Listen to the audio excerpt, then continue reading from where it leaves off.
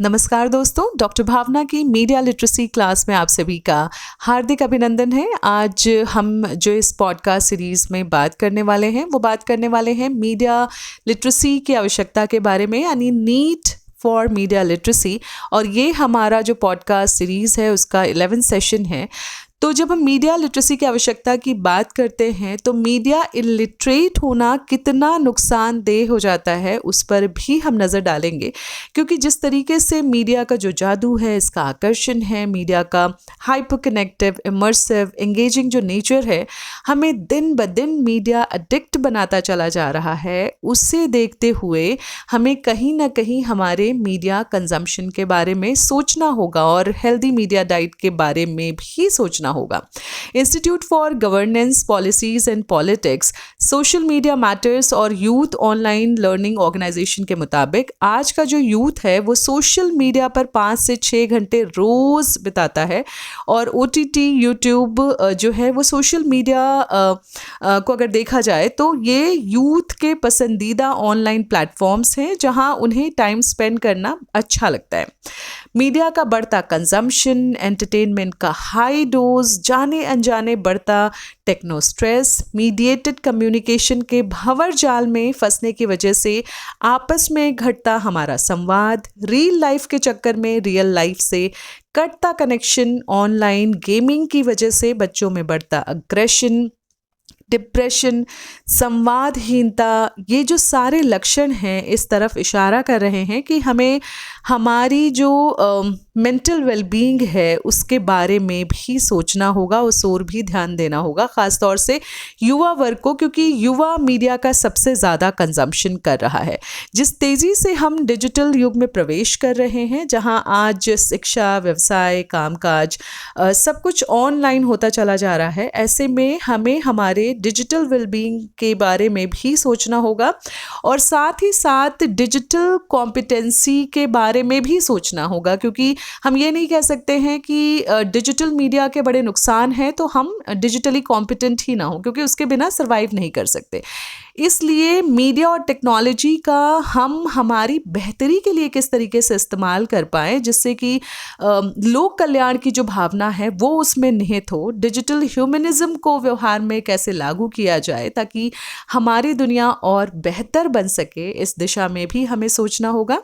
आज के इस दौर में जहां दुनिया मीडियामय हो गई है, इंफॉर्मेशन एंड कम्युनिकेशन टेक्नोलॉजी जब हमारी ज़िंदगी के हर पहलू को प्रभावित कर रही है, हमारी personal, professional, social, cultural, economical और इवन जो पॉलिटिकल लाइफ है, उन सारी चीज़ों में मीडिया इतना ज़्यादा इंटरवीन कर रही है, तो ऐसे में हम इसे नज़रअंदाज नहीं कर सकते। हमें इसे बेहतर ढंग से जानना समझना ही होगा, तभी हम इस डिजिटल दुनिया में सरवाइव कर पाएंगे, इसका विवेकपूर्ण इस्तेमाल कर पाएंगे। वरना तो फिर टेक्नोलॉजी जैसे चाहेगी हमें उस तरीके से नचाएगी और हमें वैसे नाचना पड़ेगा। तो मीडिया इलिटरेसी यानी मीडिया निरक्षरता हमें टेक्नोलॉजी का गुलाम बना सकती है और जो बड़ी बड़ी टेक जाइंट्स हैं उनके हाथों की कठपुतली भी बना सकती है। इसलिए हमारा मीडिया लिटरेट होना आज समय की मांग है। बहुत सारे मीडिया मैसेजेस ऐसे होते हैं जिनके जो संदेश होते हैं वो बहुत हिडन होते हैं, वो क्लियरली विजिबल नहीं होते, साफ साफ समझ में नहीं आते क्योंकि स्पष्ट तौर पर नहीं लिखे जाते हैं और किसी चीज़ के बहाने कुछ और कहा जाता है। और ऐसे जो मैसेजेस या संदेश होते हैं उनको एक तरीके से कोवर्ट मैसेजेस कहा जाता है, जहाँ पर जो मेन मैसेज है वो छुपा हुआ होता है या किसी और चीज़ के बहाने कहा जाता है। तो ऐसे मैसेजेस को डिकोड करने या समझने के लिए हमें स्किल्स की ज़रूरत होती है और मीडिया लिटरेसी हमें वो स्किल सेट प्रदान करती है, जिससे कि हम इम्प्लिसिट या जो स्पष्ट रूप से कहा नहीं गया है उस चीज़ को भी या उस मैसेज को भी अच्छी तरीके से समझ पाएँ, इंटरप्रेट कर पाएँ। और सोशल मीडिया पर मिस इन्फॉर्मेशन और डिसइन्फॉर्मेशन के रूप में जो भ्रामक खबरों की भरमार है, ऐसी भ्रामक खबरों या सूचनाओं को दरकिनार करके, फिल्टर करके अपने मतलब की जो सूचना है उसको ग्रहण करने की कला भी मीडिया लिटरेसी हमें सिखाती है। इसी के साथ जिस तरीके से स्वस्थ तन मन के लिए हेल्दी और बैलेंस डाइट हमें चाहिए होती है, ठीक उसी तरीके से इस मीडिया सैचुरेटेड वर्ल्ड में जहां हमारा मीडिया कंजम्पशन दिन ब दिन बढ़ता चला जा रहा है, स्क्रीन टाइम बढ़ता चला जा रहा है और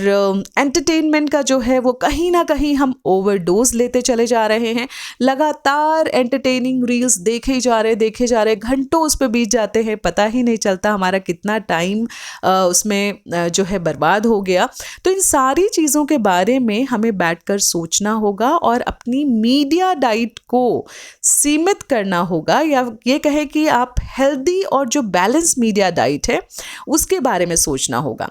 मैं ये नहीं कह रही हूँ कि मैं कोई मीडिया डाइट आपको प्रिस्क्राइब करूँगी, मैं कोई डॉक्टर नहीं हूँ और इनफैक्ट किसी और का बताया हुआ मीडिया डाइट आपको कंज्यूम भी नहीं करना चाहिए, क्योंकि आपका मीडिया कंजम्पशन या आपकी जो मीडिया कंटेंट की जो ज़रूरत है वो हो सकता है मुझसे अलग हो, राइट। तो आपकी जो ज़रूरत है उसके अकॉर्डिंग आपको अपनी मीडिया डाइट खुद प्लान करनी चाहिए। किसी और को अपनी मीडिया डाइट प्लान करने के लिए मत बोलें या किसी और का कंट्रोल उस पर नहीं होना चाहिए। आप अपना विवेकपूर्ण निर्णय खुद लें, लेकिन उसके लिए भी आपका मीडिया लिटरेट होना ज़रूरी है कि किस तरीके से आप अपनी मीडिया डाइट को प्लान करेंगे जो हेल्दी और बैलेंस्ड हो, राइट। और मीडिया जो है सिर्फ हमें एंटरटेन ही नहीं करती है बल्कि इन्फॉर्म और एजुकेट भी करती है। तो इसलिए हमें इस बात को भी सोचना है कि हमें सिर्फ एंटरटेनमेंट मीडिया से नहीं लेना है, बल्कि जो इन्फॉर्मेशन, जो नॉलेज है वो भी हम उसका बेहतर इस्तेमाल कर पाएँ और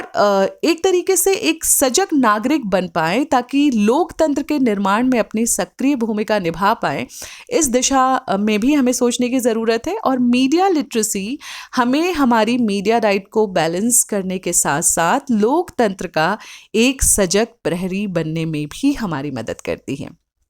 इलेक्ट्रॉनिक गैजेट्स का बढ़ता इस्तेमाल हमें टेक्नो स्ट्रेस दे रहा है। घंटों स्क्रीन के सामने बैठने से आंखों पर तो असर होता ही है, हमारा दिमाग भी थक जाता है। स्लीपिंग डिसऑर्डर्स के साथ साथ डिप्रेशन, नोमोफोबिया, मतलब नोमोफोबिया का मतलब ये होता है कि जहां अगर थोड़ी देर के लिए भी आपसे आपका मोबाइल दूर हो जाए या ले लिया जाए तो ऐसा लगता है जैसे मिनी हार्ट अटैक आ गया हो, है ना, ऐसी वाली फीलिंग आती है। तो इससे ही नोमोफोबिया कहा जाता है, जहां हम अपने फ़ोन के बगैर बिल्कुल सर्वाइव ही नहीं कर सकते, मतलब ऐसी ज़िंदगी की कल्पना नहीं कर सकते जहां फ़ोन हमारे हाथ में ना हो। तो देखें किस तरीके से मोबाइल या फिर इंटरनेट पर हमारी डिपेंडेंसी बढ़ती चली जा रही है। ऐसी सिचुएशन जहाँ पर टेक्नोलॉजी हमें कंट्रोल कर रही है, इसके बारे में प्लीज़ थोड़ा सा रुक कर, ठहर कर, विराम दें और सोचें इस बारे में। साइबर बुलिंग, ट्रोलिंग के भी जो केसेस हैं वो बढ़ते चले जा रहे हैं। तो डिजिटल एक तरीके से आपके जो मीडिया के जो साइड इफ़ेक्ट्स हैं, मीडिया लिटरेसी इन साइड इफ़ेक्ट्स के असर को भी कम करती है और हमें माइंडफुल मीडिया कंजम्पशन के लिए प्रेरित करती है। मीडिया लिटरेसी हमारी तार्किक क्षमता और विश्लेषण करने की क्षमता को भी बढ़ाती है, हमें सत्ता से सवाल करने के लिए प्रेरित करती है, मीडिया पर निगरानी रखने के लिए भी हमें साथ ही साथ प्रोत्साहित करती है। बच्चे और टीनेजर्स पर मीडिया के पड़ते नकारात्मक प्रभाव से उन्हें बचाने में मीडिया लिटरेसी बहुत कारगर है। अगर वो मीडिया लिटरेट होंगे तो अपनी मीडिया डाइट पर खुद नज़र रख पाएंगे। क्रिटिकल थिंकिंग की एबिलिटी उन्हें तार्किक क्षमता देगी, जिससे कि वो ये तय कर पाएंगे कि कैसा कंटेंट उनके लिए फ़ायदेमंद है और किस तरीके का कंटेंट उनकी वेल बीइंग के लिए ठीक नहीं है, और कैसे उसे फिल्टर करना है, किन सोर्सेस से हेल्दी कंटेंट लेना है। जिस तेज़ी से artificial intelligence, augmented reality, virtual reality, chatbots, chat GPT, generative AI जैसी नई नई तकनीक का हमारी ज़िंदगी में दखल बढ़ता जा रहा है, उसे देखते हुए मीडिया साक्षरता आज और भी ज़्यादा ज़रूरी हो गई है। मीडिया जिस तरह से सर्वशक्तिमान बनकर उभरा है, जिस ढंग से वो सर्वव्यापी हो गया है, ऐसे में मीडिया के द्वारा भेजे जाने वाले संदेशों को अर्थपूर्ण ढंग से इंटरप्रेट करना, उसके उद्देश्य और उसके एजेंडे को समझना हमारे लिए आवश्यक हो गया है, ताकि हम मीडिया से होने वाले लाभों का फ़ायदा उठा सकें और साथ ही साथ इसके जो नुकसान हैं उस पर भी काबू पा सकें, उन्हें कम कर सकें। डिजिटल मीडिया प्लेटफॉर्म्स जैसे Facebook, LinkedIn, Twitter, Instagram, Snapchat, YouTube और ढेरों जो वेबसाइट्स पर